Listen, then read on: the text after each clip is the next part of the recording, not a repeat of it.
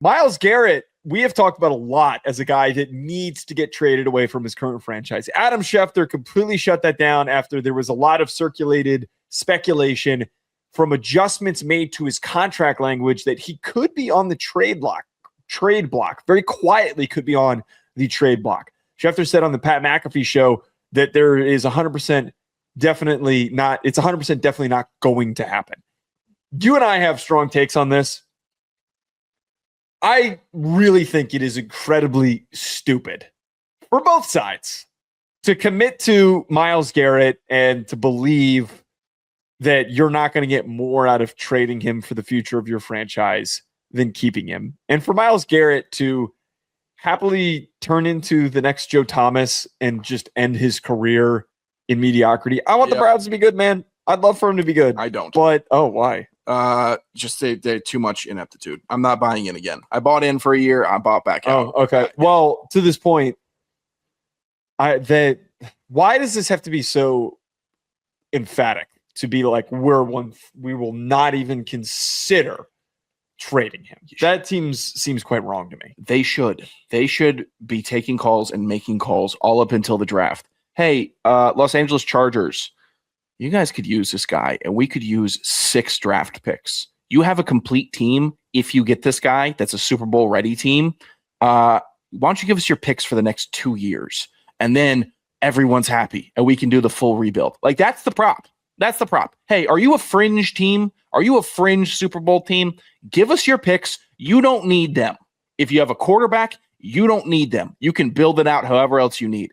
We'll take Myles Garrett and the 30 sacks he gives us over the next 2 years happily, and you take these picks. That's what they should do. You know what? And I'll have no sympathy for the Browns or Garrett if they don't get something done after the draft, or if they, that's it. Get it done pre-draft. Get it done during the draft. This is when the big swing move happens. This is a possible. I know I just said I'm not rooting for him, but this is a possible franchise reset haul that you could get for a player that sweat and bled and ached for you for so many years, and you need to be honest with him and tell Myles Garrett, we are never going to be good with you here. So you need to help us get good for after you leave. And that's the only way it can happen. They have no other assets that could get them that haul. They don't have the brains to maneuver a haul from top to bottom by themselves either. They need total help with this. Trade Garrett for picks right now. The recurring bit a lot of times when you talk about trading superstar players is the Family Guy mystery box bit, where the mystery box could be anything. It could even be a boat. Yeah. Would I rather have the boat or the mystery box? I get that, where you kind of are hoping that it turns into something more. It's almost like in baseball. It kind of makes me think of this. I was watching this video today about how the Red Sox rebuilt their roster in 2004 by trading away one of their star players in order to add guys that were role players that filled holes that they had. Having Myles Garrett on your team absolutely elevates your squad. It absolutely makes your defense one of the best in the NFL. It makes you super dangerous. But the problem is that by the time that you navigate and finish this rebuild, he's well into his 30s. Yep. And the path for him providing an impact when you finally have this figured out, you overshot and screwed up the last capable competitive run that you had. You are in this world where you should have realized, and you should still have time to realize, there is a return to get for him.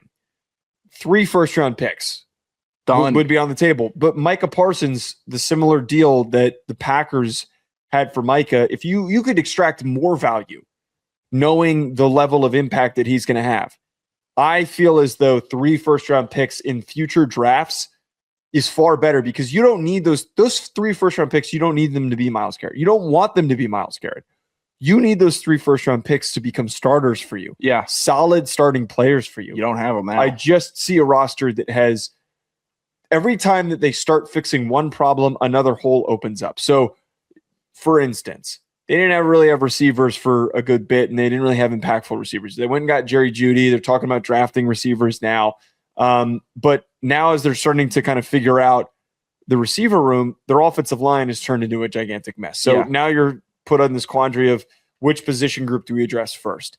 I feel like there's JOK that could also possibly never play again. Right. I feel like that every time that there's some sort of improvement coming, then there's a decline happening somewhere else.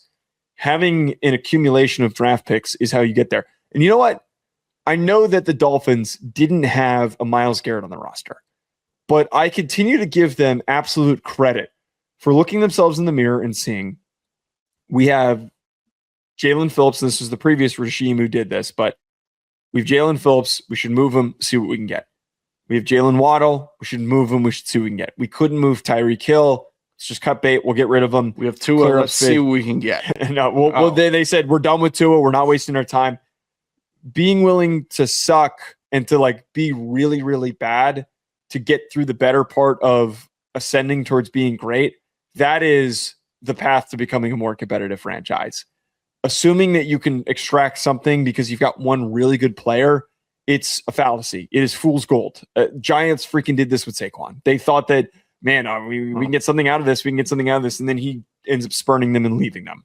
Yeah. The thing with what that I would say to the teams that would be trading for Myles Garrett, I think he is the outlier. I think he's the one in a million where the drop off just doesn't happen, it doesn't happen significantly and it doesn't happen quickly. Yeah. He's just so good. He's so athletic. He's so strong. He doesn't get hurt. He gets his production is off the charts. Like 3 years, 4 years, 5 years of value. I predict. When did he get drafted? 2015? It was sounds about right. Like 9 years in the league. And I think that he could play at super high impact level until, 2030. Like you got 4 years, maybe 5 years of that guy being 10 plus sacks minimum. Take the swing, man. Just take a swing. You can do it. You get Myles Garrett on your team and your team is decent to good. You're in a real power position. I hope someone does it. Sean, let's close out here. Getting into this conversation. Actually, I'm trying to wonder. No, we don't have time to get to this. Let's save that for Tuesday. Yeah, that's because we've got a lot of shit that we still have to get to on today's show. This would be an hour and 30-minute show if we ended up getting to that, because that's a long talking point. We'll save teams that, ironically, that is the name of the episode. I'm gonna have to change that. Teams that have the most pressure on their shoulders to figure out the NFL draft. We're gonna do that on Tuesday.